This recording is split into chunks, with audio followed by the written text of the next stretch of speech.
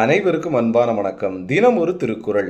ஈட்டம் every இசைவேண்டா ஆடவர் தோற்றம் நிலக்கு பொறை அப்படின்னு என்ன அர்த்தங்க? ஈட்டம் அப்படின்னா சேர்த்து வைக்கிறது, பொருளை நிறைய சேர்த்து வைக்கணும் அப்படின்னு சொல்லி. இவரி அப்படின்னா ஆசைப்படுறாங்க, விருப்பப்படுறாங்க, ரொம்ப விருப்பமாக பொருளை சேர்த்து வைக்கிறாங்க. இசை வேண்டா அப்படின்னு சொன்னோம்னா புகழுக்கு அவங்க ஆசைப்படலை, அதாவது பிறருக்கு கொடுக்க வேண்டும் என்கிற பண்பு அவங்கக்கிட்ட இல்லை. சரிங்களா? ஒன்று சேர்க்கணுன்ற விருப்பம் இருக்குது, பிறருக்கு கொடுக்கக்கூடிய ஆசை இல்லை, விருப்பம் இல்லை. அதனால் புகழ் அடைய அவர்களுக்கு நாட்டம் இல்லை. இசை வேண்டா.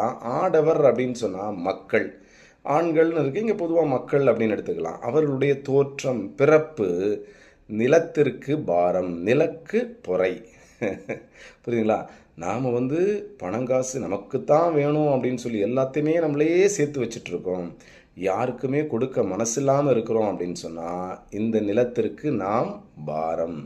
நம்முடைய வாழ்க்கை என்பது இந்த நிலத்திற்கு பாரமான ஒரு வாழ்க்கையாக இருக்கிறது. சரிங்களா? அதனால் எல்லாருக்குமே கொடுக்கணும்.